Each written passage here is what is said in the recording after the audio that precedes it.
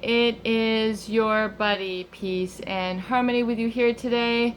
Much love going out to all the beautiful empowered harmonizers. And we're zooming in and focusing in a little bit more in depth in terms of how do you spot a psychopath? How do you spot someone who has perhaps an antisocial personality disorder? Someone who is lacking or has a certain set of emotional temperaments which sets them apart from the rest of the humanity, the civilization. It is estimated that between 1 and 4% of society is psychopathic and or sociopathic. And this is not just your typical, I would say, schemata that you're telling yourself a story of what someone is psychopathic is, as you've seen in movies. The criminal behind bars, the violent criminal, things of this nature. There are people who are psychopathic, antisocial, who are in everyday positions, everyday families, everyday jobs, everyday roles, everyday communities, yet there's something different about the way that their neurology, the way their brain is between specific areas of the brain that are kind of not communicating or highly inactive, that sets them apart from the rest of society. So you'll see this in very specific traits and characteristics of a psychopath. And it's important to be able to spot these types of individuals because they will target and scope innocent people, people who are naive, green. Unbeknownst to them, there are these types of people who are looking to take from them either their time, money, attention, their contacts, their self-esteem, their values, their intimacy.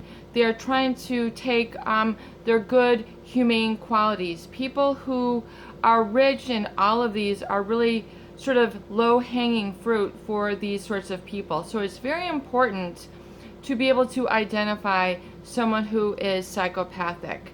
Now, just a little bit more about the neurology and what we're alluding to here. We're not going to make this ultra scientific, but you must know one of the key concepts to understanding the psychopath or the sociopath, someone who is really antisocial, even though, unbeknownst to the name, it doesn't mean that they're unsocial. It just means that they're lacking in the qualities and characteristics and traits which really make up humanity. So when you think of antisocial, think of it really as anti-society, or really they are also known as intraspecies predators. We're going to get a little bit more in depth in that. But when we say antisocial, meaning really against the norms of society, they really sort of go against, they really sort of are very abrasive or feel themselves above the law and specific societal norms, which most people will abide by. They will observe. And so when we talk first a little bit about the scientific aspect of the psychopath, it is to understand that they are lacking in the startle response.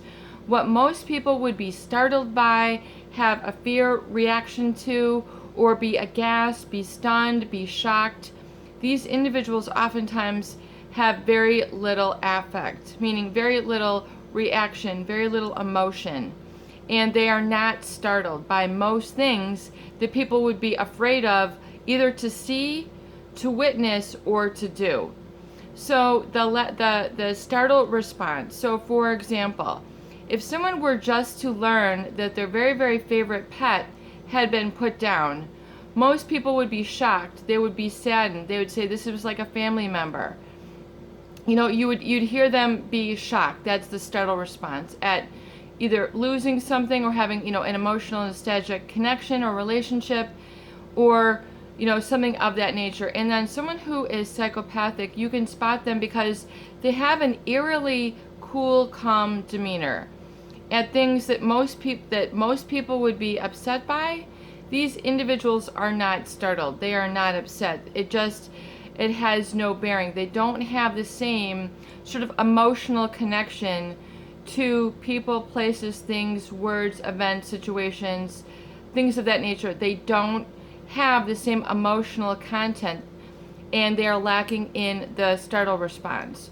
And this goes as far as seeing things, witnessing things, either if you were to see a car crash, to see, someone getting beaten up, or to see something on TV, or see something horrific, whether it's an observation, or something that they experience individually, they are lacking in the startle response. So number one, you can really sort of kind of tap in when you see that this person is really not upset by things that most people would be upset by. You go, wow, like you handled that really well. Or you might have that experience, or aren't you upset about that? Aren't you upset that your kids are screaming and yelling and you're 2 hours late? Doesn't that bother you? Aren't you trying to get to see them right away?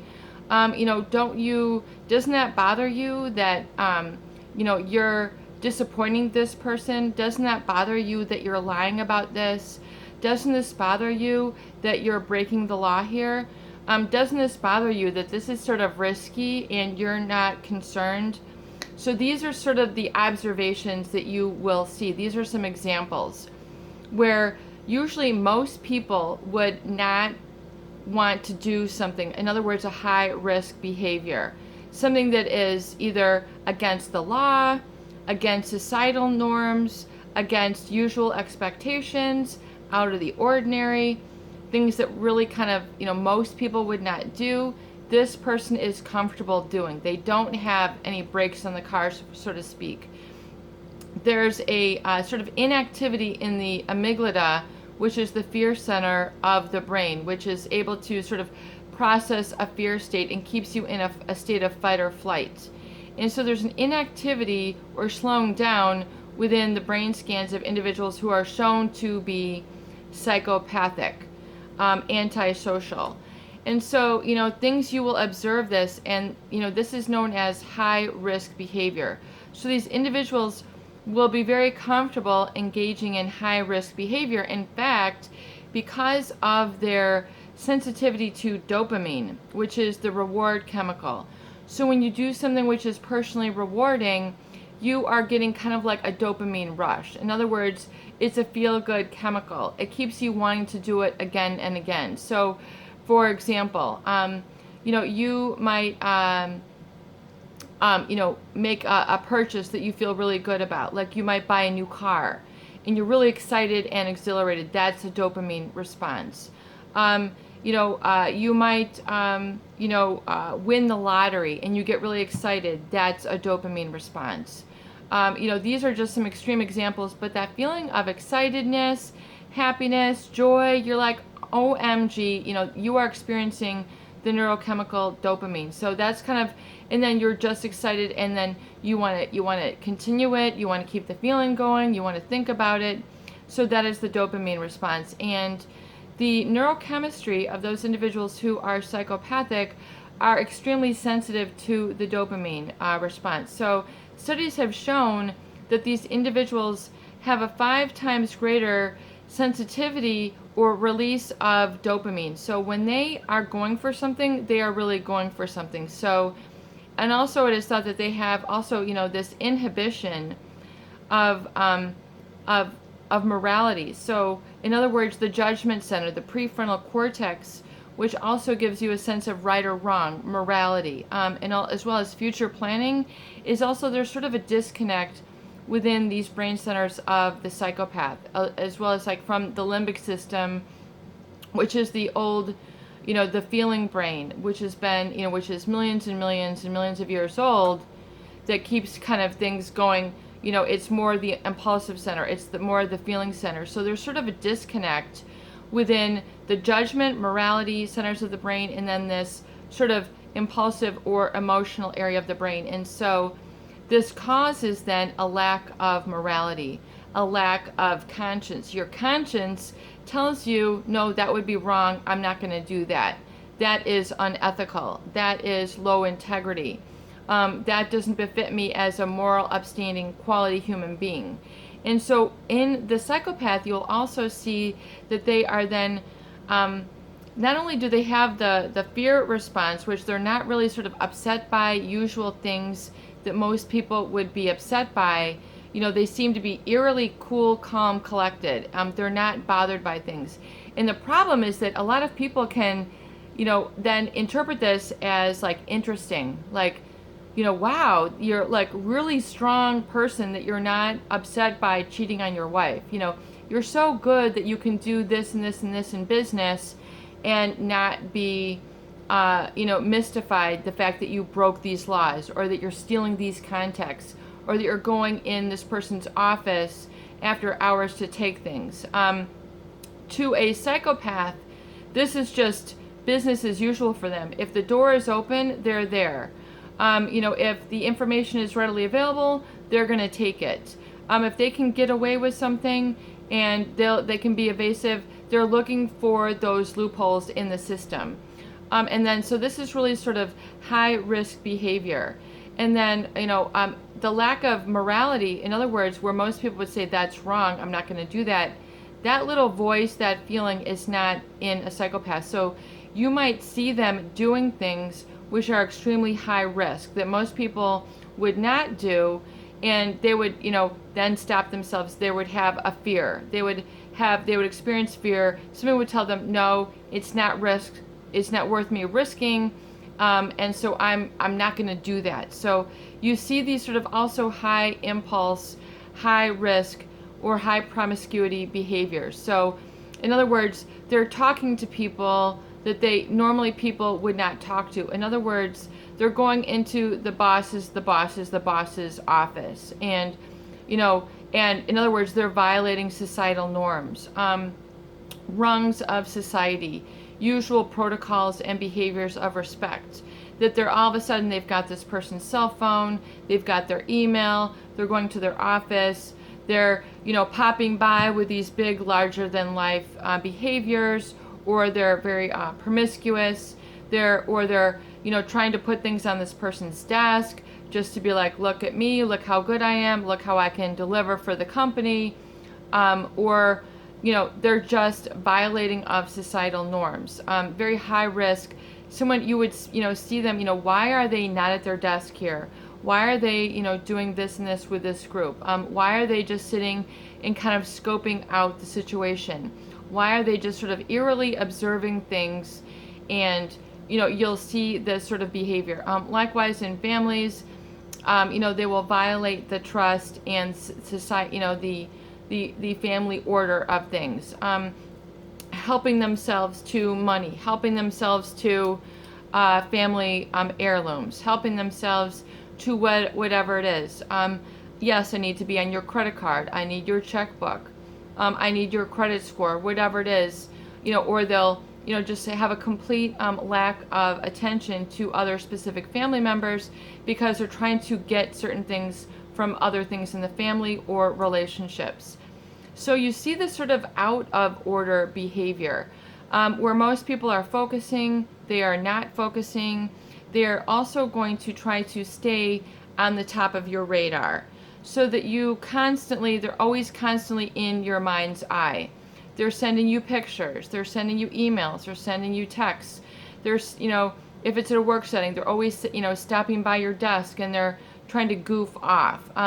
Very big sort of, interruptive behaviors. Again, I liken it to, if you ever watched the show Seinfeld, and there was the character that had Kramer with the big hair, and he'd always make these big sweeping entrances, flying open the door, and he'd almost be like shaking himself, and he'd be like, Jerry, it is like those big sort of out of character, bigger than life, like super charming, and what a lot of people would then interpret as charismatic behaviors. They're really sort of fluffed out. Oftentimes, they have a lot of testosterone or a lot of sex hormones, so to speak. So they can have very big bodies, big upper bodies, or a lot of curvaceous. So they're gonna really flaunt their features in very provocatively, seductively, and inappropriately. So in other words, they'll sort of break people down through trying to constantly be in front of them, or these very sort of out of the ordinary, out of step, out of the usual, what you expect for someone to behave. There's these sort of big distractive behaviors. And also, that are trying to get your attention. So the other thing you can take note of is that they're always trying to be in front of everybody. They always want to be on your radar, in your mind's eye, in your phone, etc. So they're trying to, always have you thinking about them. That's how they break people down. They try to wear people down, oftentimes through also excessive communication, excessive pictures. It depends on the format of the relationship, but if it's intimate in nature, then there's going to be a lot of the sweet nothings. They're going to send you a lot of pictures. They might take a while to court you during the love bombing stage, but they're always going to kind of want to engage in a pattern disrupt of your usual day, and then make it very enticing or seductive for you to attend to them, and so you can't continue, and then you get into this hyper aroused state. So they will also hyper arouse the people with whom they are targeting. So to hyper arouse means to hyper stimulate, to be extremely funny, or get you with a sob story. That's another way to spot a psychopath. They're going to come at you with some sort of sob story. I was raised this way. I was cheated on in my previous marriage. I broke my arm. I was violated here. There's always going to be some woe is me story where you should you should open your heart. This is where they get people then to drop down their guard and then listen to them, and then not, observe the sort of incongruities or the disconnect with which this person is engaging. In other words, you might not, they might tell you all these stories about, their upbringing or their previous relationship and how they were done wrong, and this happened, and this is where they are. And so they're trying, there's been all sorts of stories and histories of how they break people down. So this is another way that you can spot a psychopath. Is there's always going to be some sort of anecdote where they're telling you a story about themselves, and then you're sort of really in rapt attention. You will feel that all of a sudden you could just drop everything, and then you'd be on cloud 59. You feel so engaged or intoxicated by this person's presence. There seems to be an aura that seems to emanate from them. You might say this person has this chemistry or this aura or this sort of inexplainable thing, like I can't stop staring at them. There's this charm about them. There's this air about them. There's a je ne sais quoi about them. And the psychopathic aura is also coupled with what they call a psychopathic gaze. So, in other words, there's a gaze that seems to just sort of dismantle you, disarm you. You feel almost like you've just been hit with a stun gun. You feel like you could, watch this person, or that there's something about them that you can't take your eyes off of. There's this sort of the psychopathic gaze, which is, again, it's sort of very reptilian, but it's sort of a steely gaze. But oftentimes it can be there's sort of an aura or an energy field around them where it's sort of emitting this energy which is emanating from their body, and it is really sort of distractive, but it seems to kind of alter the environment, if you will. In other words, they have a presence about them. So just like you might feel a presence about someone like the Queen of England, or a high priest, or a pope, or someone who, Mother Teresa, or someone who is a hardened criminal. There's a presence that you feel about them. So the psychopath, with their psychopathic gaze, they tend to be highly engaging, and a lot of people then misinterpret the gaze as one of seduction or like come hither. And so it can be very intoxicating, where you feel all of a sudden this person is, your world is all about them all of a sudden. This person can make you forget your values, forget your other relationships, cause you to do things or feel things which are out of the usual, out of the ordinary for you. So if you feel this sort of, alteration of your energy when you're with them, this can be another good way to spot someone who is psychopathic. And they know this about themselves, all these different qualities. A psychopath does know that they have different neural wiring and firing. They feel different. In other words, they observe relationships differently than the rest of society. They become aware of this in their early teen ages.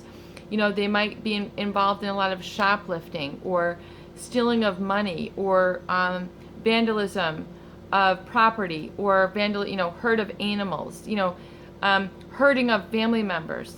This is like really out of the ordinary, where most people would have societal norms and they would not engage in that.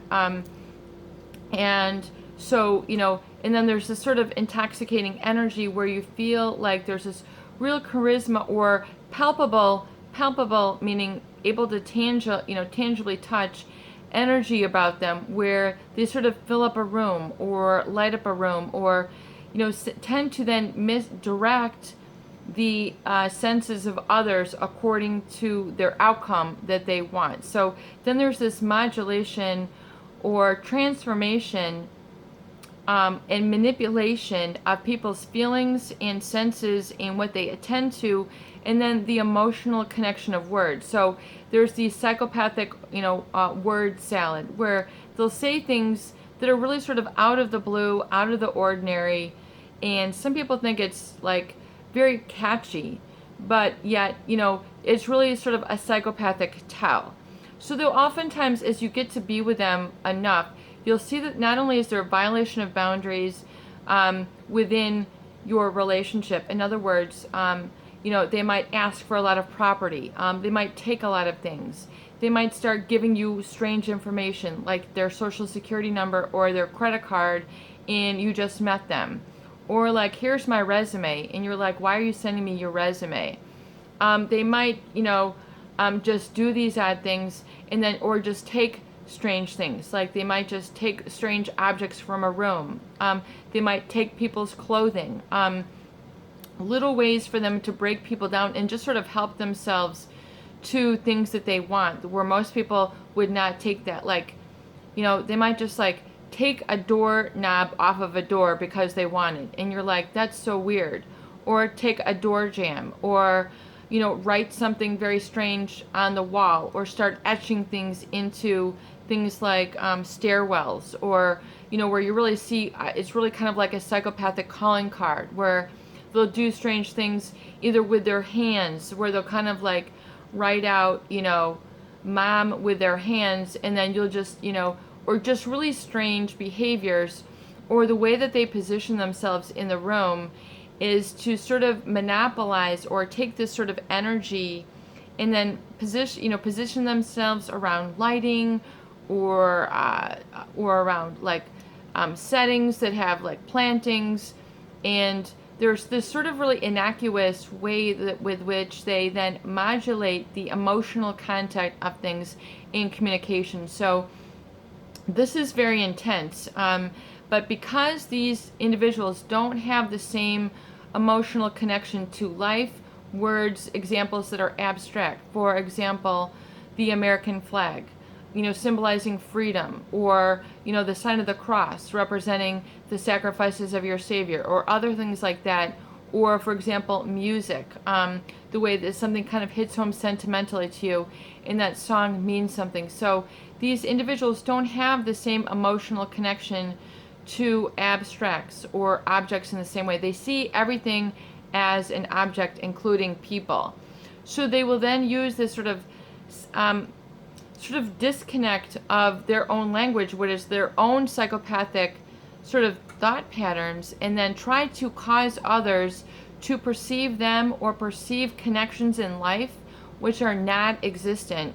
In other words, they want you to pay attention to everything that is gold, and that this represents something, to you, and then your mind is sort of twisted and contorted, yet there's this high propensity for addiction to them. So people then feel a sense of being addicted to this person. There's this enigma, there's this puzzle. They begin to have kind of a hypervigilance, a paranoia, or a sense that they're kind of perceiving their life differently, and they're hyper-aroused, hyper-sexualized, hypersexualization of items. And so, in other words, there's a twisting and contorting of normal objects into how they're then used as topics or items of communication by a psychopath to seduce or disarm or confuse and befuddle and sort of confuse and psychologically take over and psychologically hijack the person who they are trying to scope out, who they're trying to target, who they're trying to get something from. And then they'll target people definitely who have an abundance of emotions, good-heartedness, naivete, affection, emotional nostalgia. So they'll very much target the persons who have in abundance those things that they do not have, or there's something that they want, either from a professional sense, a financial sense. If you're in business, they might want your contacts, they might want you taken down. So very much angle and take advantage of the people whom they view in society as either a threat to what they want or have what they want. So they'll take down the people who are vying for positions so that they'll, be by default the person to be there. So it's just, I know that this is a long video, but I hope that this video helps. These are just some ways for you to spot a psychopath. This is your buddy. Peace and harmony with you here today. And once again, I really do hope that these videos do help for you to identify and then protect yourself from these types of individuals. Please share and please subscribe for more great tools, videos, discussion, and support.